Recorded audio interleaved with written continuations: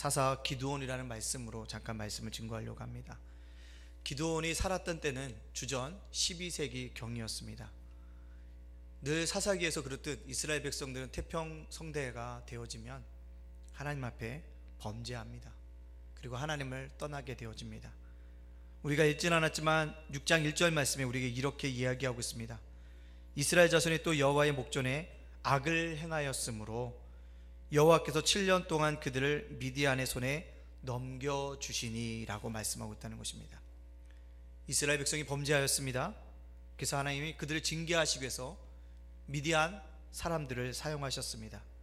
그들은 요단강 동쪽에서 거주하고 있던 유목민족이었습니다. 이 민족을 사용하셔서 하나님께서는 이스라엘 백성들을 고통을 주고 있습니다. 매년 농사철이 되어 이스라엘 백성들이 파종을 하면 미디안 사람들이 어김없이 찾아와 농산물을 다 못쓰게 만들곤 하였습니다. 그뿐만 아니라 양이나 소나 나귀도 남기지 아니하였다는 것입니다. 미디안 사람들은 정해진 때에 국가가 세금을 징수한 것처럼 파종이 끝나면 무섭게 꼭 이스라엘 백성들의 농작물들을 파헤쳐 놓았습니다. 이런 상황 속에서 이스라엘 백성들이 살고자 토굴을 팔고 그 안에서 생활하였습니다. 그래서 때때로는 토굴 안에 자신의 아내와 어린아이들을 남겨두기도 했고 먹을 양식을 숨겨두기도 했다는 것입니다. 그래서 토굴을 파서 그 안에서 생활하였습니다. 무려 이런 세월이 7년이나 계속되었다고 본문은 이야기하고 있습니다. 참으로 고통스러운 세월이었습니다. 그들이 고통스러운 세월을 겪으면 반드시 누구께 부르짖죠? 하나님께 부르짖는다는 것입니다. 비로소 그들의 잘못을 깨닫고 하나님께 부르짖는다는 것입니다. 이것이 이스라엘 사사기의 백성들의 모습이었다는 것입니다. 태평성대가 찾아오면 하나님께 범죄합니다. 그것에 따른 징계가 내려집니다. 그러면 하나님 앞에 회개하고 구원해달라고 합니다. 그때 하나님께 다시 사사를 세워서 구원하여 주신다는 것입니다. 오늘도 7년 동안 미디안의 손에 이스라엘 백성이 사로잡히고 있을 때 하나님께서는 이스라엘 백성의 부르짖음을 들으셨습니다. 그래서 한 사사를 세우셨습니다. 그 사사의 이름이 누구라고요? 바로 기드온이었다라는 것입니다. 근데 오늘 기드온을 소개하면서 성경은 이렇게 얘기하고 있습니다. 그는 평범한 농부였다는 사실들을 우리에게 분명히 말씀하고 있습니다. 주로 밀 농사를 짓던 농사꾼이었다는 것입니다. 또한 성경은 그가 요아스의 아들이었다라고 우리에게 명확하게 밝히고 있다는 것입니다. 요아스의 뜻을 살펴보니까요, 절망이라는 뜻을 가지고 있습니다. 절망. 그의 아버지가 아들을 태어난 것을 보면서 얼마나 기뻤을 텐데 절망이라는 거 붙인 것을 보면 그 시대가 얼마나 절망적인 상황이었는가를 우리에게 여실하게 보여주고 있다는 것입니다. 그 절망의 아들로 태어난 사람이 누구냐? 바로 기드온이었다는 것입니다. 아버지의 이름 자체도 이미 절망을 느꼈던 그 아들이 당연히 어떤 사람으로 살았을까요? 분명한 것은 약자로서 살아갔다는 것입니다. 근데 그런 사람을 오늘 하나님께서 찾아오셨다는 것입니다. 오늘 기드온을 찾아오신 그 하나님이 이 밤에도 저와 여러분들을 찾아오시는 하나님이 되어지기를 간절히 바랍니다. 그렇다면 그 찾아오신 하나님, 기드온을 찾아오셨던 그 하나님이 누군가? 평범한 농부를 사사로 만드셨던 그 하나님이 누구이신가를 오늘 본문을 통해서 살펴봄으로써 우리가 함께 은혜를 나누고자 합니다. 첫 번째로 하나님께서는요, 기드온의 현재보다는 미래의 가능성을 보시고 찾아오셨다는 것입니다. 현재가 아니라는 것입니다. 하나님께서 기드온을 찾아오신 이유는 현재에 있기보다는 바로 미래를 보고 찾아오셨다는 것입니다. 당시 사람들 기드온에게 미래의 가능성을 찾는 사람은 없었습니다. 그만큼 그는 좌절하고 넘어지고 포기하는 세월을 보내온 사람이었다는 것입니다. 기드온 자신도 자신을 그렇게 소개하고 있다는 거죠. 몇 절에 보면요, 15절 말씀을 보십시오. 15절 말씀에 보면 그가 어떻게 자기 자신을 생각하고 있는지 분명하게 여실하게 드러나고 있다는 것입니다. 중반절 이후에 보니까요, 나의 집은 므낫세 중에 극히 뭐하고요? 약하고. 극히 뭐하다고요? 약하고. 나는 내 아버지 집에서 가장 뭐한 자리라고요? 작은 자이다 라고 얘기하고 있다는 것입니다. 극히 약하고 제일 작은 자라고 얘기하고 있다는 것입니다. 단순히 자기 자신을 낮추는 정도가 아니라 정말로 비천한 자이고 보잘것없는 자라고 생각하며 살아왔음을 스스로가 고백하고 있다는 것입니다. 그런데 하나님께서는 그를 찾아오셨다는 것입니다. 우리가 읽었던 11절 말씀에도 보면 미디안 사람들에게 알리지 아니하려 하여 밀을 어디에서 틀었다고요? 포도주 틀에서 타작했던 사람이라는 겁니다. 뭡니까? 미디안 사람들이 무서워서 몰래 밀틀에서 타작해야 되는데 그것도 못하고 포도주 틀에서 타작했던 사람이 바로 이 기드온이었다는 것입니다. 겁이 많은 사람이었다는 것입니다. 사람을 두려워하는 사람이었다는 것입니다. 늘 뭔가 무서움에 쫓기는 사람이었다는 것입니다. 그런데 그런 그런 사람을 하나님께서 찾아오셨다라는 것입니다. 그리고 찾아오실 뿐더러 그에게 먼저 큰 이야기를 던져주고 있다는 것입니다.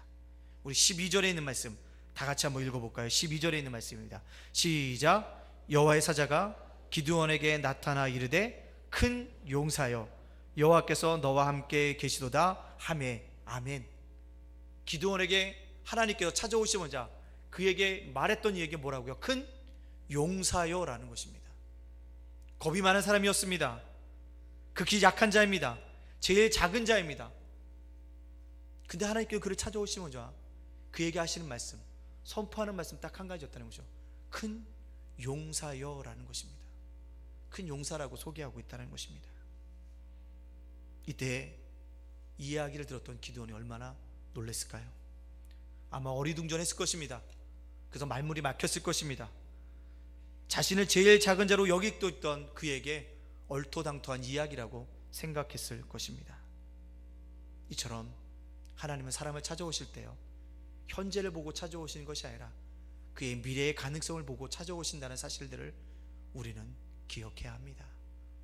조각가 있던 미켈란젤로가 우연히 길을 가다가 어떤 돌을 발견했다고 합니다. 그리고 그 돌을 들면서 그 외쳤답니다. 오, 위대한 돌, 와, 다윗이 걸어온다. 오, 다윗이 걸어온다. 이스라엘이 그토록 존경스러웠던 다윗이 걸어온다고 얘기했습니다. 돌을 보고요. 그 사람들이 미켈란젤로를 보면서 한심하게 쳐다보았습니다. 근데요, 그 조각가 눈에는요, 그게 돌로 보여진 것이 아니었다는 거죠. 뭡니까? 그 돌을 다듬어서 멋진 다윗의 상으로 그가 보고 그렇게 고백했다라는 것입니다. 가능성의 안목을 보고 미켈란젤로가 그렇게 고백했다는 것입니다. 마찬가지라는 것입니다. 하나님께 우리를 찾아오실 때 현재의 모습을 보고 찾아오신 것이 아니라 미래의 가능성을 보고 찾아오시고 있다는 것입니다. 즉 우리의 가능성을 보시는 분은 우리 주변에 있는 사람이 아니라 누구시라고요? 하나님이시라는 것입니다. 하나님은 우리의 미래를 보고 계시다는 것입니다. 예수님의 수제자 누구였죠? 베드로였습니다. 그는 정서적으로 매우 지극히 불안전한 사람입니다. 아침과 저녁이 다르고 오늘과 내일이 다르고 도무지 일관성이 없던 사람이었다는 것입니다. 정말 믿기 어려운 사람이었다는 것입니다. 다 주를 버린다 할지라도 목숨을 내어놓고 주님을 쫓아가겠다고 고백했습니다.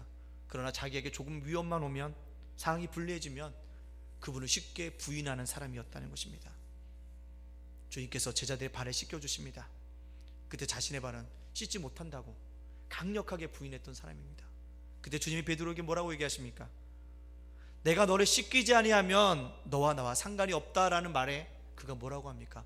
발뿐만 아니라 자기 몸까지 목욕시켜달라고 고백했던 사람인 것입니다.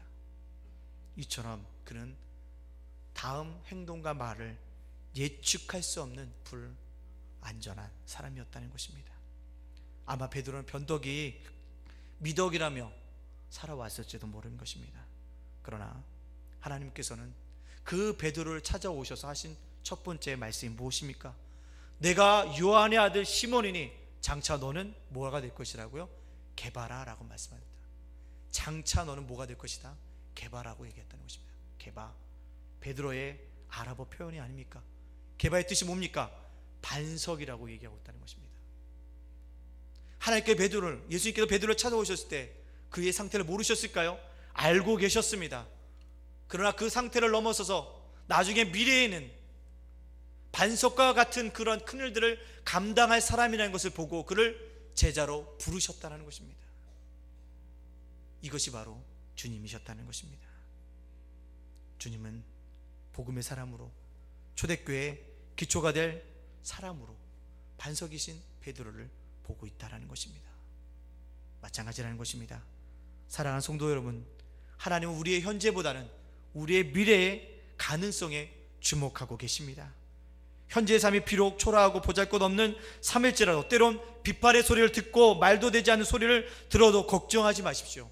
주님 우리에게 다가와서 이렇게 말씀하고 계십니다. 뭐라고 말할까요? 나는 너를 믿는다. 따라해 볼까요? 나는 너를 믿는다. 누가 얘기하신다고요? 하나님이 그렇게 얘기하고 계시다는 것입니다. 하나님은 우리를 그렇게 신뢰하고 계시다는 것입니다. 세상 사람들이 모두 우리를 버린다 할지라도, 포기한다 할지라도 오직 한 분 하나님은 우리를 포기하지 않으십니다. 저버리지 않으신다는 것입니다. 한 걸음 더 나아가서 그분은 우리에게 분명한 기대를 걸고 계시다는 사실들을 우리는 기억해야 합니다. 왜요? 우리의 가능성을 하나님께서 보고 계시기 때문에 그렇다는 것입니다.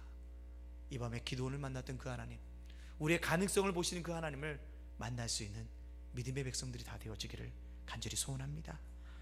두 번째로는요, 하나님은 그의 가능성뿐만 아니라 기드온의 불평도 들으시는 하나님이었다는 것입니다. 누구예요? 기드온의 뭘 들으셨다고요? 불평까지도 들으시는 하나님이었다는 것입니다. 저는 말씀을 준비하면서 이 말씀이 참 크게 은혜가 됐습니다. 사사도 하나님 앞에 불평하는구나 라는 것들. 근데 문제는 불평하는 걸로 끝나는 것이 아니라 그 불평을 하나님께도 듣고 계시다는 사실입니다. 들으신다는 것이죠. 13절입니다. 13절에 장황하게 큰 구절로 되어 있지만 우리 13절 말씀 다 같이 한번 읽어볼까요? 시작. 기드온이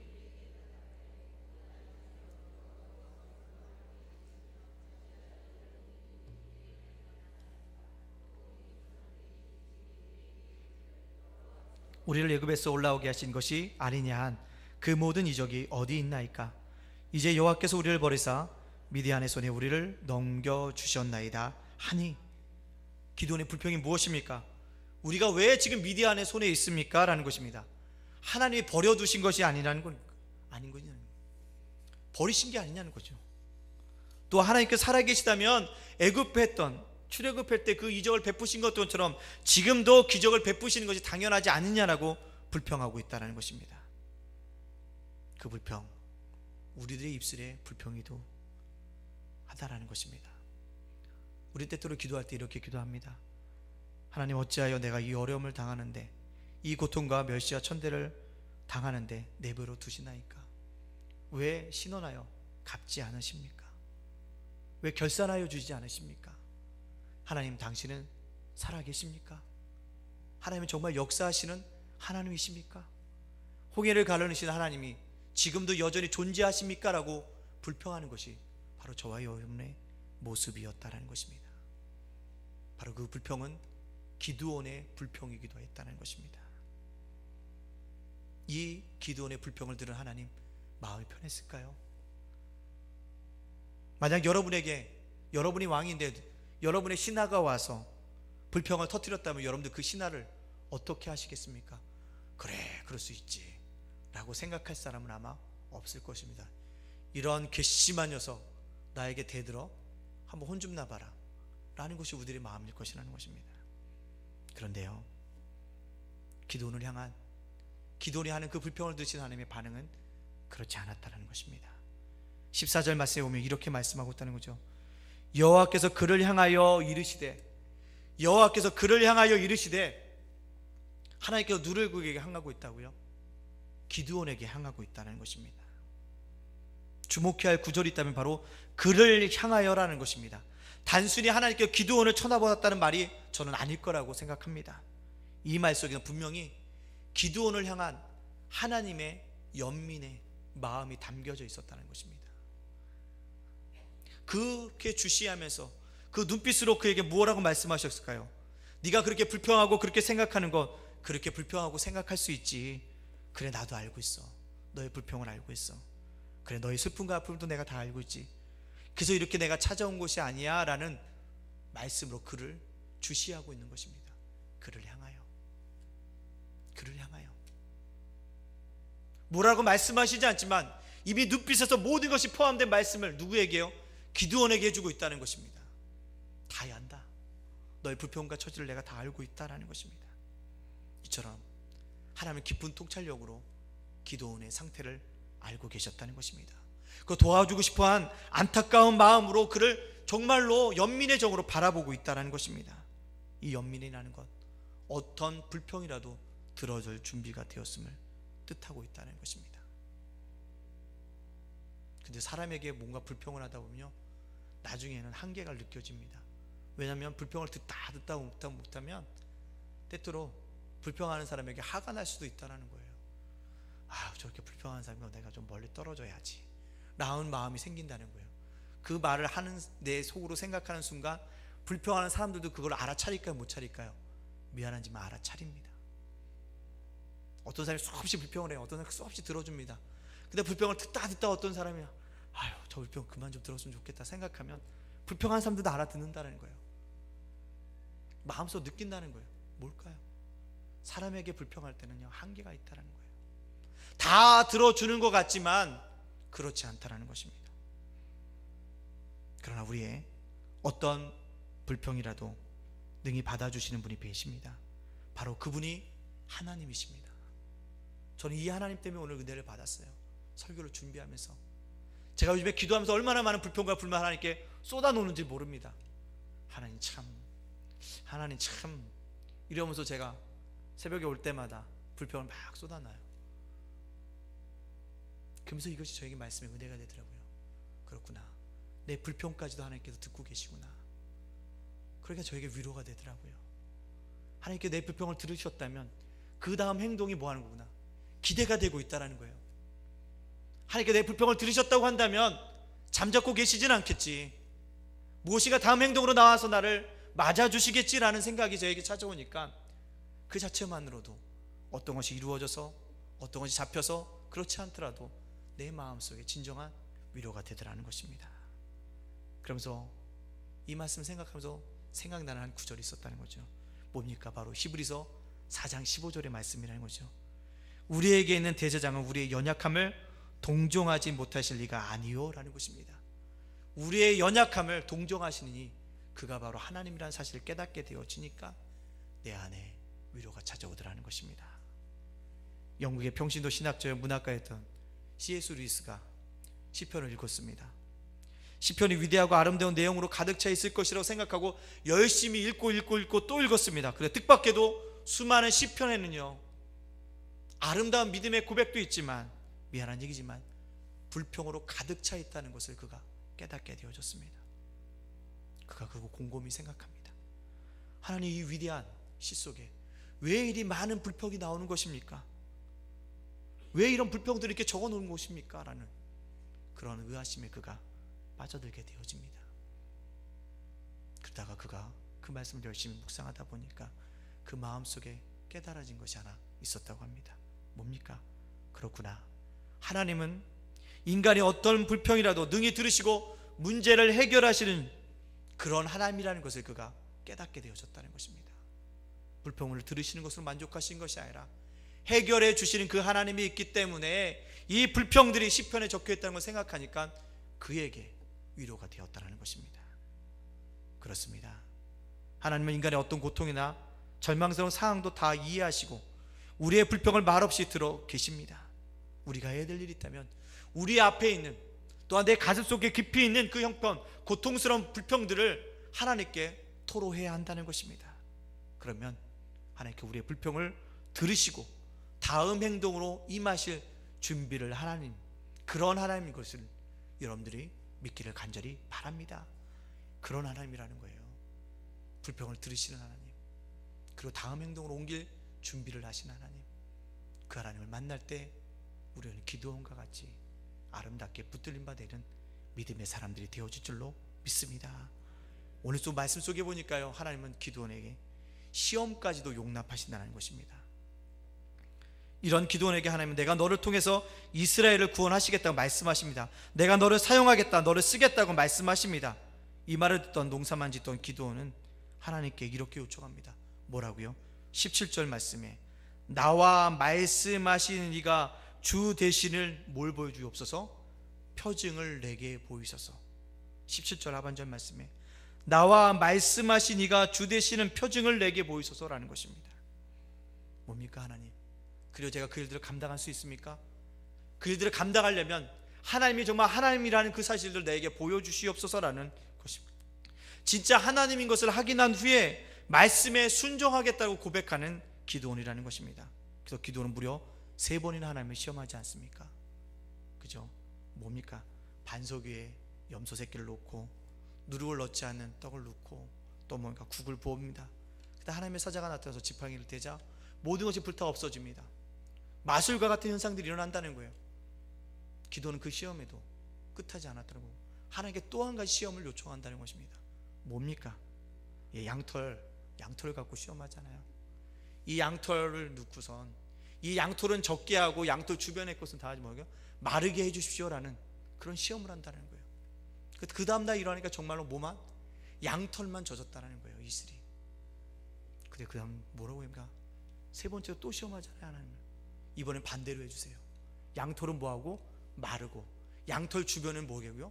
다 이슬에 했을 수 있도록, 젖을 수 있도록 해달라고 얘기하지 않습니까? 그때 양털이 어떻게 합니까? 양털인 데만 마르고 사면은 적게 해주는 그런 시험들을 그가 하고 있다는 것입니다. 이것들을 바라볼 때 3번씩이나 하나님을 시험했다는 것입니다. 그럼에도 불구하고 하나님께서는 기드온의 그 시험을 용납하셨다는 것입니다. 그 시험을 허용하시고 용납하신 이유가 무엇일까요? 그 마음의 동기를 보셨기 때문인 것입니다. 기드온 마음속에 있었던 그 의심을 몰아내고 싶어 했었던 그 마음을 아셨기 때문에 그 시험을 그가 용납했다는 것입니다. 불확실한 것을 확실하게 하려는 열망이 있음을 보셨기 때문에 그 시험을 용납하셨다라는 것입니다. 물론 하나님께서는 자신을 시험하는 것을 좋아하지는 않으시지만 그 시험을 용납하셨다는 것입니다. 근데 이 부분을 우리가 오해해서는 안 됩니다. 근데 또 이런 설교를 하면 어떤 분이 이렇게 얘기합니다. 나도 이런 하나님을 만나야겠다. 주님 표징을 보여주세요. 주님이 주 되시는 표징을 내게 보여주시옵소서라고 간구하는 사람들이 있다는 것입니다. 그러나 이런 표징의 요구의 기도들은 옳은 일은 아니라는 것입니다. 기드온의 예를 따라서 좋은 신앙의 자세는 아닌 것입니다. 왜요? 잘못하면 신비주의로 빠져들 수 있기 때문입니다. 그것만이 진리라고 믿을 수 있기 때문에 이 표징만을 요구하는 것 위험할 수 있다는 것입니다. 하지만 하나님은 기드온의 시험을 용납하셨다는 것이고, 왜 그랬을까요? 왜 그랬을까요? 그것은 기드온을 너무나도 사랑하셨기 때문인 것입니다. 사랑하셨기 때문에 그의 시험까지도 용납했다는 것입니다. 이런 얘기를 하면 목사님 말라기 그 11조의 약속에랑 또 어긋나지 않습니까? 라고 묻는 사람이 있을 수도 있어요. 말라기 3장 10절에 뭐라고 얘기합니까? 만군의 여호와여 이르노라 너희의 온전한 11조를 창고에 들여 나의 집에 있는 양식이 있게 하고 그것으로 나를 시험하여 내가 하늘 문을 열고 너에게 복을 쌓을 곳이 없도록 붙지 아니하나 보라 라는 것입니다. 11조를 드리면 하나님께 내 창고를 싸게 해주신 것을 시험해 보라고 했는데 그 시험과 어떻게 되는 것입니까? 라고 물을 수도 있어요. 그러나요, 기억해야 될 것은 하나님께서 40일 금식을 받으신 다음에 사탄에게 뭐라 합니까? 주 너희 하나님을 뭐 하지 말라고 그랬죠? 시험하지 말라라고도 얘기했다는 것입니다. 그런데 말라기 선지자를 통해서는 하나님을 시험하라라고 말하고 있다는 것입니다. 그 말라기에서 그렇게 말한 이유는 무엇일까요? 우리에게 복을 내리고 싶기 때문에 그렇게 하나님이 시험을 보라는 것입니다. 그렇게 복을 주시기 원하시는 하나님 그 밑바탕에 깔려져 있는 것이 무엇일까요? 우리를 그만큼 뭐 하다는 겁니까? 사랑하고 계시다는 것을 보여주시기 위한 하나님의 약속의 말씀이라는 것입니다. 사랑하는 성도 여러분들, 기드온처럼 하나님이 정말로 우리를 사랑하시는 줄로 믿으시길 바랍니다. 그 사랑하신 하나님을 여러분들이 만나야 한다는 것입니다. 말씀 마치려고 합니다. 혹시 현재 자신의 목숨 속에 낙심하고 절망하고 계십니까? 하나님 우리를 향한 기대를 품고 계시다는 사실을 깨닫기를 바랍니다. 그리고 그분은 우리에게 분명하게 말씀하고 있다는 것입니다. 나는 너를 믿는다라고요. 나는 너를 믿는다라고요. 혹시 불평하고 계십니까? 하나님 앞에서 불평하세요. 사람 앞에서 불평하지 말고 하나님 앞에서 불평하세요. 그 불평을 다 들어주시는 하나님이십니다. 그리고 그분은 말씀하십니다. 나는 너의 불평을 듣고 있어. 다 해결해 주마라고요. 혹시 그 하나님을 시험하고 계십니까? 우리를 사랑하시는 하나님이 그 시험까지도 허용하십니다. 그러면서 우리에게 말씀하십니다. 나를 너무나도 크게 사랑하고 있단다라고요. 기도원이 만났던 그 하나님도 저와 여러분이 만남으로 말미암아 우리 인생에 크게 변화받는 그런 인생으로서 살아가시는 저와 여러분의 삶이 되어 주시기를 주님의 이름으로 축복합니다. 아멘. 기도하시겠습니다. 사랑의 하나님, 감사합니다. 기도원이 만났던 하나님, 우리도 만나기를 원합니다. 가능성을 보시고 찾아오신 그 하나님 만나게 하여 주시고, 우리의 불평을 듣고 계신 그 하나님이 지금도 내 옆에 계심을 믿음으로 말미암아 그 들으시는 하나님을 만날 수 있도록 붙잡아 주시옵소서. 우리의 시험까지도 용납하시는, 우리를 너무나도 사랑하시는 그 하나님을 만남으로 말미암아 기드온처럼 변화된 사람으로서, 평범한 사람이라 할지라도 하나님과 함께 동행함으로 말미암아 믿음의 거장으로서의 삶을 살아갈 수 있는 우리의 모두의 삶이 되어줄 수 있도록 우리 삶을 주님께서 붙잡아 주시고 우리 삶들을 인도하여 주시옵소서. 주님께 우리를 삶들을 그런 삶으로 인도할 줄로 믿고, 그런 하나님을 일상생활 중에 만나게 할 줄로 믿고 예수님 이름으로 기도하옵나이다. 아멘.